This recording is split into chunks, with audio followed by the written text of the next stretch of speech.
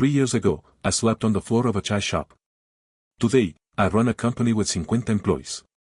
But the moment my bank account hit 8 figures, my uncle demanded a luxury car. My sister asked for a loan she'll never repay. And when I said no, they called me selfish in front of the whole family. If you've ever been guilt-tripped for your success, this video is armor. The monsoon rain soaked through Raghav's threadbare shirt as he huddled under a Mumbai overpass, counting the last of his coins, 37, enough for one Veda pav if he skipped breakfast tomorrow. 3 days ago, the catering company it is sweated for fired him without pay, claiming it is stolen a handful of onions. His stomach growled as he watched office workers stride past, their leather shoes splashing through puddles without a glance downward. At dawn, he approached a surly chawala near Churchmate station. Baidya, lend me 500 Indian rupees, EAJ pay back double in a week, he pleaded, voice cracking. The man spat beetle juice near Raghav's torn sneakers. Dreaming, big gar. But when Raghav offered to wash dishes for free until repayment, the chawala slapped a crumpled note into his palm. That afternoon, Raghav bought the cheapest rice, lentils, and vegetables from Crawford Market, cooked them in a borrowed pot behind the temple, and sold tiffins to construction workers for 20 Indian rupees each. By sunset, they earned 600 Indian rupees, enough to repay the debt and buy a second-hand bicycle with a wobbling wheel. As he pedaled toward the slum he called home, his ribs ached from hunger, but his mind burned with a new thought: this is how empires begin.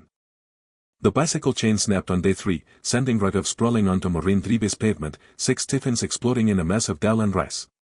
Blood dripped from his elbow as he stared at the ruined meals, his entire day's profit gone.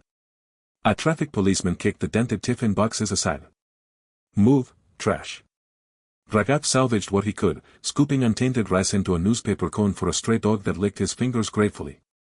That night, he skipped dinner to save 50 Indian rupees for chain repairs, chewing on a stolen lemon wedge to stave off hunger pangs. His first employee, a scrawny teenager named Raju, quit after 2 days, stealing 200 Indian rupees from the tin box where Raghav kept earnings. Jewelry too soft to survive, Raju sneered before vanishing into the Ravi's maze. For a week, Raghav worked alone, delivering meals until his legs cramped, once collapsing outside a client's high-rise. The building guard, an ex-army man named Naik, carried him to the shade and pressed a glucose tablet into his palm. Stupid boy. No empire was built on an empty stomach, Naik scolded, but the next morning, Raghav found 5 new orders slipped under his bicycle seat, Naik's contacts. He ate his first full meal that night, 2 rotis with salt, tears mixing with the flour dust still clinging to his hands. The corporate order for 100 daily tiffins arrived via a crumpled business card pressed into Raghav's palm by Naik's nephew, a junior exec at a shipping firm. No onions, extra green chutney, the man specified, eyeing Raghav's stained apron with skepticism. Raghav spent his last 1,200 Indian rupees on ingredients, borrowing a Naikbor's kitchen at 4 de la mañana, grinding spices until his arms trembled. When the client complained the first batch was too salty, Raghav personally delivered replacements within the hour, bowing deeply. No charge, sir. Only perfection. The execs is merkwaardig. By month's end, the company requested 200 tiffins daily. Arjun, Raghav's only friend from the slum, a quiet boy who they shared textbooks with him years ago, showed up unannounced at the cooking shed. Kurjo the new Daba king, Arjun said, rolling up his sleeves. They worked side by side, Raghav teaching him the exact ratio of cumin to coriander, Arjun memorizing client preferences like scripture. When a rival tiffin service offered Arjun double wages to switch sides, he laughed. You can't buy loyalty. That night, Raghav gifted him a silver chain, his first non-essential purchase in 3 years. Arjun hugged him so tightly, Raghav's ribs creaked. The hug said what neither could voice: we're escaping. Bikram's WhatsApp message blinked on Raghav's second-hand phone: big shot. Heard you bought a BMW? Bring it to Dad's 60th, we'll see if it's real. Raghav hadn't bought a BMW, it leased a used Honda to deliver catering orders faster. Still, he arrived at his unclistain bungalow with boxes of jalebi from Juma Mistri's famous stall, a 3,000 Indian rupees splurge. He sniffed. No gold box. How cheap. Bikram, already drunk on imported whiskey, slung an arm around him. Our Raghav's too busy counting cash to respect family. The room tittered.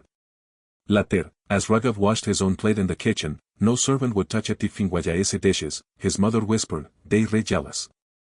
Give Bikram a job, Itaye silenced them.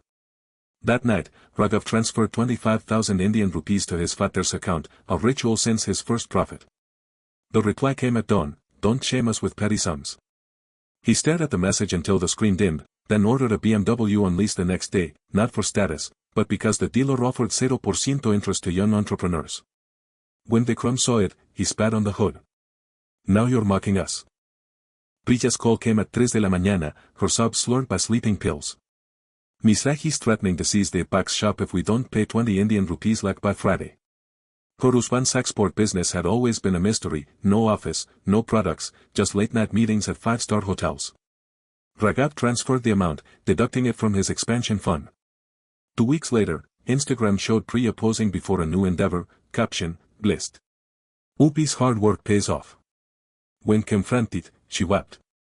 Do they rather we drove a donkey cart? That month, Raghav's accountant warned of cash flow issues, they underestimated the wedding season's ingredient costs. At his nephew's threat ceremony, the priest announced, Raghav Bhai is sponsoring the feast. News to him. As relatives piled gold leaf mitha onto plates worth his weekly earnings, his uncle clinked a spoon against champagne glass. Our Buenos family comes first. The toast cost him 2.7 Indian rupees lakh. That night, he deleted Instagram from his phone.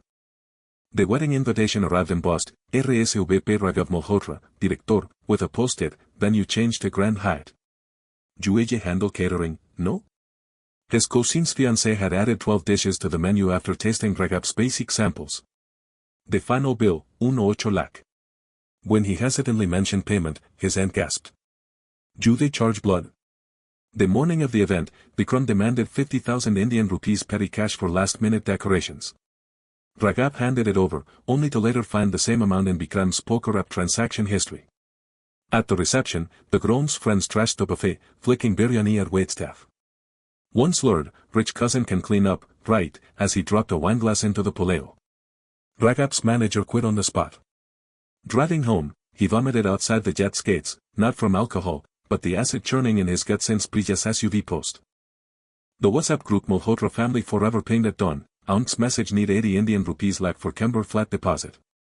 Raghav, transfer before noon. He typed I can't, deleted it, then wrote let's discuss, which ignited a storm. Who gave you right to discuss? After all we sacrificed.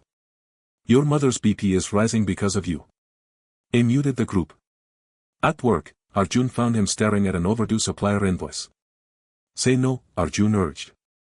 They'll bleed you dry. That evening, Raghav's father arrived unannounced at his office, the first visit ever. Without sitting, he said, give Vikram 10% shares. It's time. When Raghav refused, his father's slap left a phone-shaped bruise on his cheek. Ungrateful bastard. Later, his mother called, he didn't mean it. But why provoke them? Raghav hired a security. The rumors started subtly, whispers that Raghav's kitchen used expired oil and cheap meat. Then Vikram posted a fake invoice on Facebook, claiming Raghav had bribed a health inspector. Orders plummeted. A loyal client cancelled their 500 tiffin contract, citing reputation concerns. Raghav's lawyer sent cease and desist letters, but the damage was done. His vendors demanded upfront payments. No trust left, said his vegetable supplier, pocketing the cash without meeting his eyes. The final blow came when Arjun walked into his office, jaw clenched. They offered me double to start my own venture, he said. Raghav laughed, assuming it was a joke, until Arjun slid his resignation across the desk. They're my family too, he muttered, avoiding Raghav's gaze. That night, Raghav sat in his empty kitchen, staring at the silver chain they gifted Arjun years ago, left behind on the counter like discarded trash. The loan papers arrived by courier, a 2 Indian rupees crore business expansion agreement with Raghav's forged signature. Vikram had taken the money from a private lender, using Raghav's company as collateral. The lender's thug circled his office, smoking beads and grinning. Pay or we take the BMW, one said, tapping a baseball bat against his palm. Raghav's lawyer warned that fighting the forgery case could take years. His mother called, weeping. Just pay it. We'll repay you slowly. For the first time, Raghav screamed at her. Slowly? With what? My ashes. He sold the BMW, the office furniture, even his wedding gold, but for a future that now seemed impossible. The day the lender cleared the debt, Vikram sent a thumbs-up emoji. Raghav blocked his number. The lawsuit was his last weapon. Raghav's lawyer filed criminal charges for forgery and fraud, presenting Vikram's drunken texts bragging about the scam as evidence. The judge, a self-made woman with sharp eyes, ruled in Raghav's favor within minutes. Bikram was fined 10 Indian rupees lakh and sentenced to 6 months, suspended, but enough to stain his record. The family's reaction was instant. Trater, Priya texted. Jube killed our father's heart, his uncle declared in the group chat before removing him. Only his mother still called, her voice hollow. Was money worth more than blood? Raghav hung up and smashed his phone against the wall. That night, he dreamed of the chawala who'd lent him 500 Indian rupees long ago, laughing as he counted Raghav's broken pieces. Rebuilding was slower this time. Raghav moved his kitchen to a cheaper location, hired only women, they were less likely to be swayed by his family's bribes, they learned, and refused all catering orders from relatives. His new motto was painted on the wall, no trust without proof. When a food blogger asked about his fall from grace, Raghav handed her a tiffin. Taste and tell me if I need grace. The blog went viral. Orders trickled back. One evening, his estranged father appeared at the door, gaunt and leaning on a stick. I'm sick, he said simply. Raghav let him in, served him tea, and listened to the diagnosis: diabetes, kidney damage, unpaid hospital bills. His father didn't ask for money. Didn't need to. The doctor's fees drained Raghav's savings again, but this time, he kept receipts. Every pill, every test was documented in a ledger he left open on the dining table where his father could see it. The old man never thanked him, but once, while watching TV, he muttered, "You were always the strongest." It was enough. Priya called months later, her voice sugary. Papa needs a surgery. Raghav interrupted her. Send me the hospital estimate directly. I pay them, not you. Silence.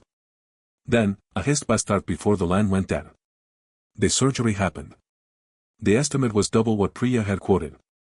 Success returned, quieter now. Raghav opened a second kitchen, then a third. He hired a finance manager who vetoed all family discounts. At the charity event, a reporter asked why he funded scholarships for slum kids but refused to speak to his own relatives. Raghav smiled. Because those kids don't feel entitled to my sweat. The quote made headlines. Strangers stopped him on the street to shake his hand. One evening, Arjun reappeared, Diner, his eyes bloodshot. I was wrong, he mumbled, offering the silver chain they kept all these years. Raghav took it, then handed it back. Wear it. But you start as a delivery boy again. Arjun wept as he tied the apron. Years later, at the opening of his 10th location, Raghav spotted Vikram in the crowd, balding, paunchy, clutching a cheap suit. Their eyes met.